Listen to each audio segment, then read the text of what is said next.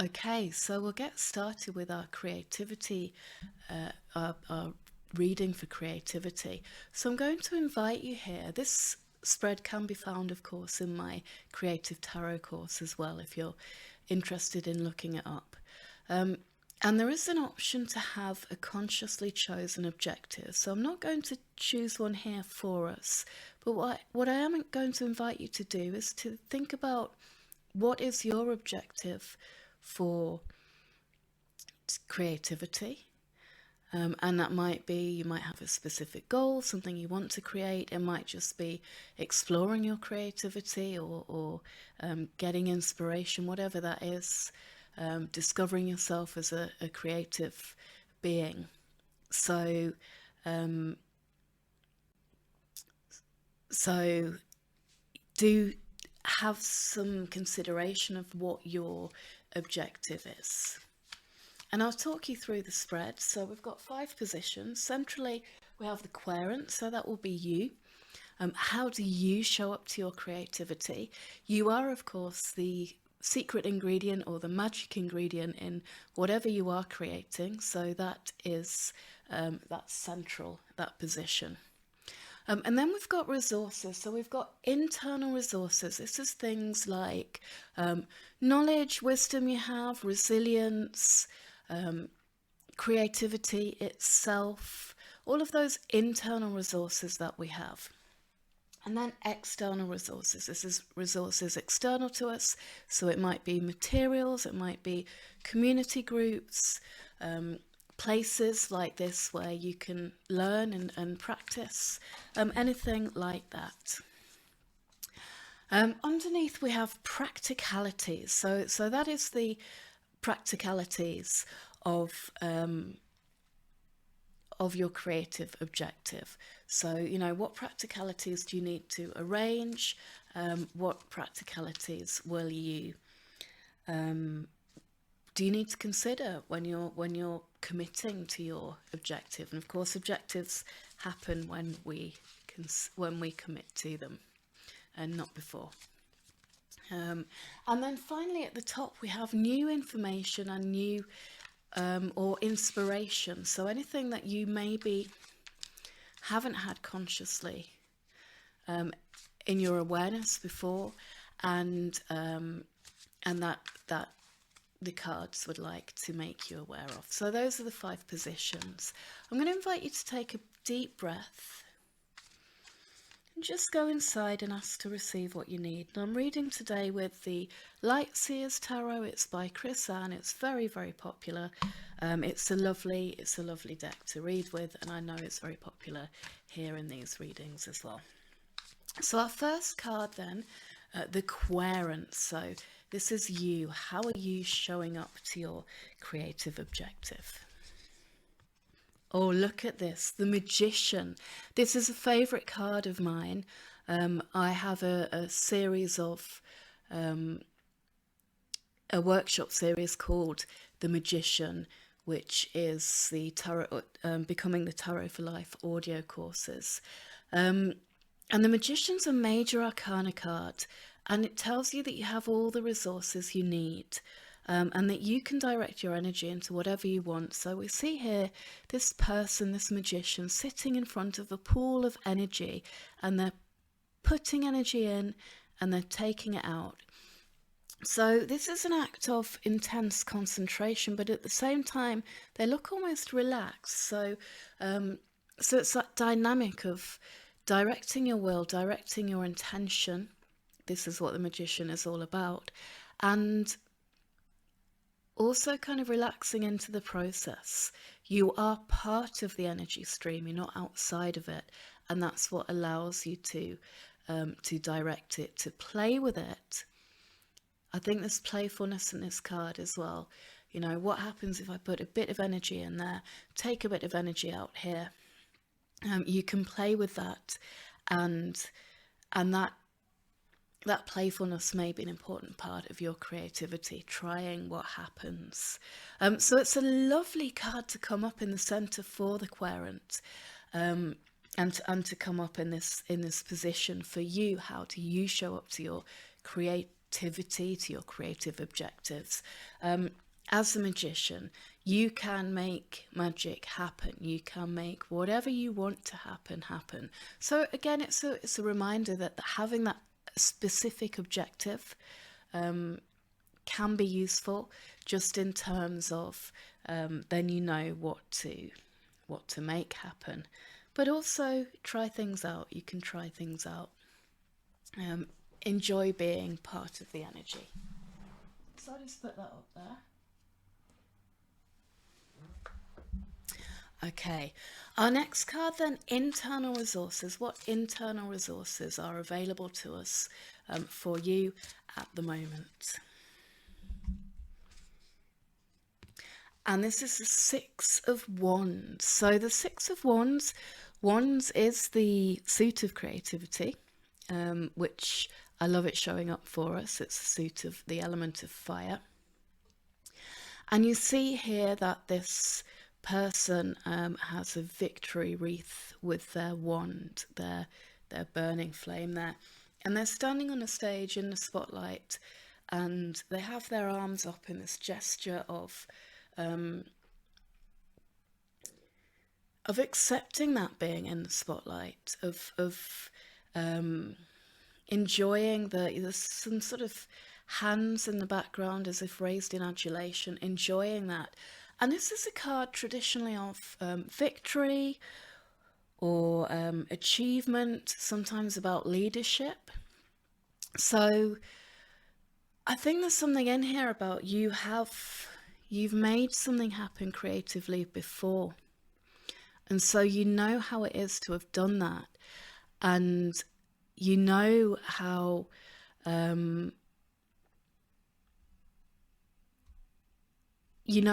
how it can feel to be recognized for your achievements.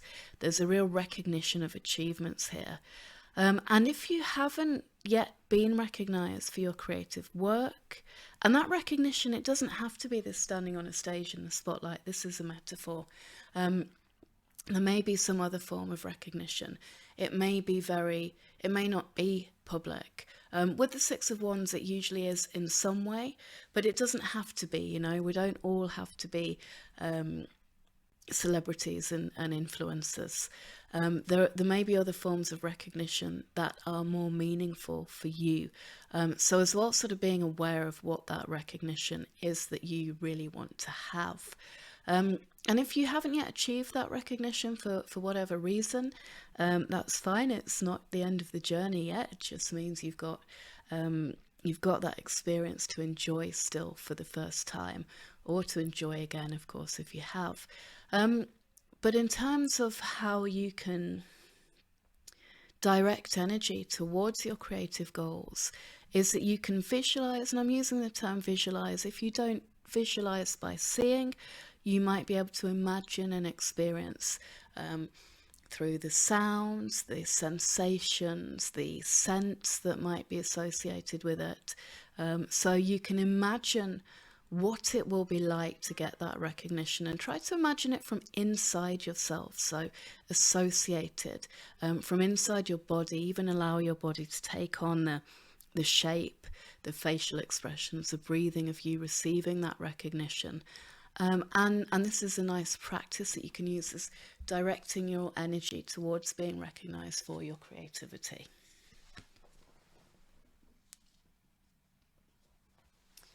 Our next position then is the external resources. So what's available around and about you to help you to achieve your creative objective. And this is interesting. This is the Nine of Swords. So the Nine of Swords is traditionally a card of grief, upset, fears. You can see this person sitting there with their head in their hands. So I don't read it as a negative card. I don't read any cards as a negative card. However, it reminds us that externally, perhaps socially or societally, that there is a lot of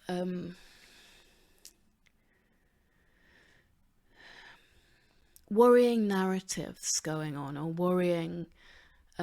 perhaps worrying thoughts, and realities as well. But you'll see here, you've got as the swords, you've got these birds, these black sort of crow-like birds.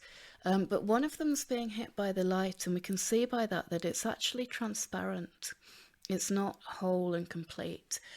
With the Nine of Swords, and with the swords in general, the message is about narratives, about beliefs, what beliefs are around, what narratives are around, and a reminder that we create the world with our narratives, with our beliefs. So it may actually be that there are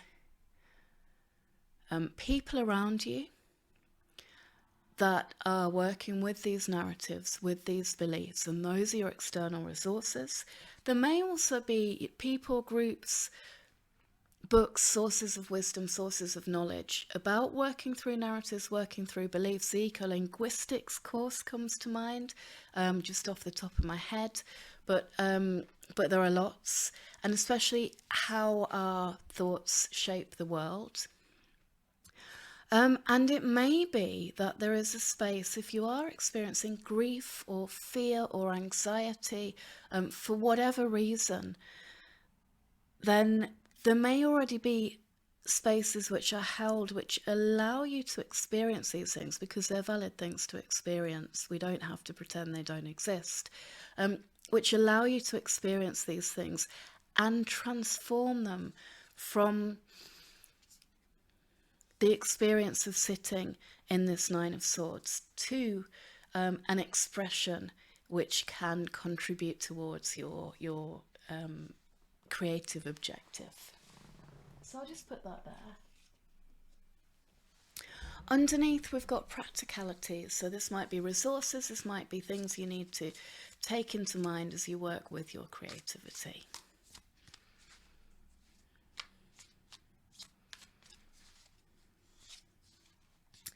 And we have here the Seven of Pentacles. So this is a card of both patience and cultivation. It tells you that you need to show up consistently. With the Seven of Pentacles, we see that actually a lot is already in place, but some things need a little more time. So you'll see here, and interestingly in this deck, what I really like in this deck is that this person cannot see the pentacles under the soil. They just have to trust that they're there. But nevertheless, they are putting their energy, they're putting their love into the tree, and they can see that it is growing something, somewhat, in some way. And so with your creative endeavours, sometimes that's the case. You put your energy into it, but you don't actually know what it's becoming. And then there comes a moment further down the line where you discover that, you know, there were pentacles growing there all along, or whatever it is. So in practical terms, and the pentacles is the suit of practicality, it's the suit of the material. The physical can be about wealth, can be about health, can be about connection with place. So with the pentacles, with the Seven of Pentacles in this position of practicalities, I think this is about using the practicalities that you've already got in place. So whether that is about materials that you already have, ideas that you're already working on and working with, networks that you're working with in whatever way. This Seven of Pentacles is an invitation to use that, use what's already there, and then grow it into something else. Put energy in and allow those resources that you've already got, allow them to grow. So I'll just put that underneath. And then finally, at the top, new information or inspiration. So what do you not yet know that the cards would like to make you aware of?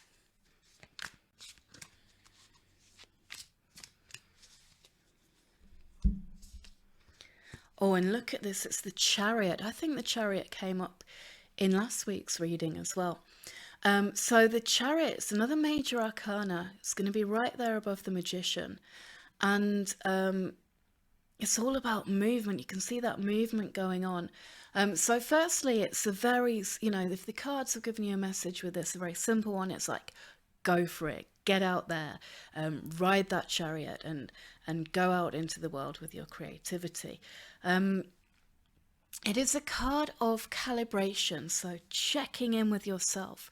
Are you going in the right direction? Are you driving in the way that you want to be driving? Are you in balance? We've got these horses, we've got balance, and actually this person balanced on the top of the chariot. So that person needs to be balanced. They need to be in tune with both horses. Both horses need to be in tune with each other, and they all need to know how the chariot works. And that's before they've even chosen a direction. Then they choose a direction. Again, with the magician, it's an invitation to have a conscious intention about what you want from your creativity. And again, it doesn't have to be like, I am going to, I don't know, write a book or paint a picture, whatever it is.